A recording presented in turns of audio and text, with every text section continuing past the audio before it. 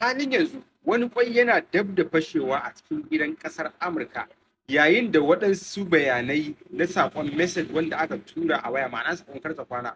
wanda aka yi amfani da shi gurin turawa da wayar Charlie Kirk yake nuna cewa alamomi suna nuna cewa Charlie Kirk dan asalin mai ra'ayin mazan jiya ma dan wani fafutuka na ƙasar Amurka wanda aka halaka a cikin watan da muka yi ban kwana da shi wanda kisansa ya tada hatsaniya tare da yin ayat tambayoyi daga ciki da wajen gidan ƙasar Amurka. Charlie Kirk ya rasa ransa a dalilin harbin bindiga lokacin da yake gabatar da wata makala a wani babban taron ɗalibai a Utah University da ke cikin gidan ƙasar ta Amurka. Zuwa yanzu dai an gano wani sako wanda ya tura wanda yake da alaƙa da yunkurin janyewarsa daga goyon bayan ƙasar Isra'ila a cikin yakin take fafatawa a yankunan Gaza, wanda ake zargin wannan saƙo yana dalilin da yake da alaƙa da kisan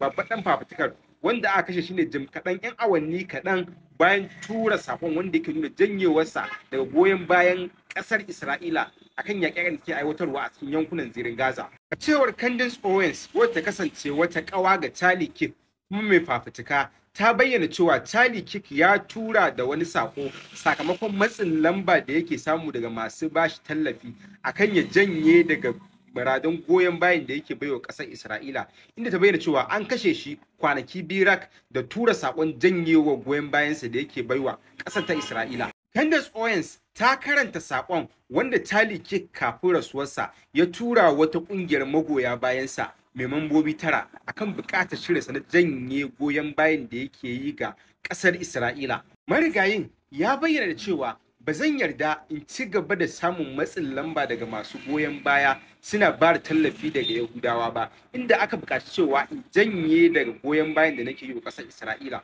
An bar ni zuwa yanzu babu zaɓi, ko dai rasa tallafin da suke warware ko kuma in janye daga nuna goyon bayan ƙasar ta Isra'ila. Owens ta bayyana cewa an yanke wa marigayin tallafi daga wasu manyan donors masu ba da gudunmawa a cikin harkokinsa biyo bayan gayyato waɗansu masu ra'ayin riƙau a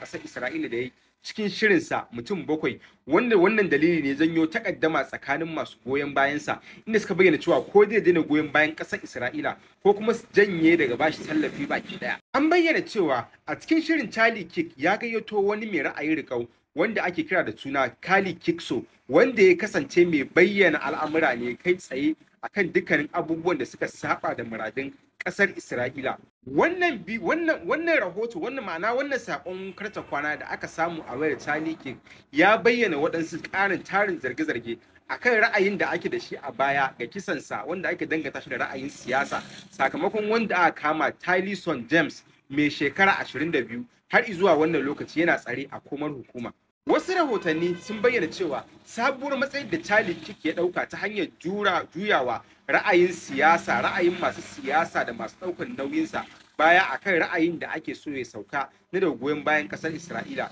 Iya waɗannan abubuwa kaɗai sun isa sanya a ga bayansa, ma'ana sun isa babban dalili da zai sanya a halaka Charlie Kirk. Hukumomin bincike akan kisan a cikin ƙasar Amurka har zuwa yanzu sun yi shiru, ba su bayyana cewa ko sun amince da wannan sako da aka samu ba ko kuma akwai wani bincike da suke gabatarwa a game da binciken manya-manyan ƙungiyoyin tallafi, ma'ana manya-manyan ƙungiyoyi masu ba da irin tallafi a cikin ƙungiyoyi irin wanda Charlie Kirk suke kafawa. Kirk mai shekaru 31 an harbe shi ta hanyar amfani da bindigan nan ta harbin nesa, ma'ana sniper's gun, wanda ake tsare da shi zuwa yanzu ya aikata a lokacin da yake gabatar da wani taron USA Turning Point a Utah Valley, wata university a cikin gidan ƙasar ta Amurka.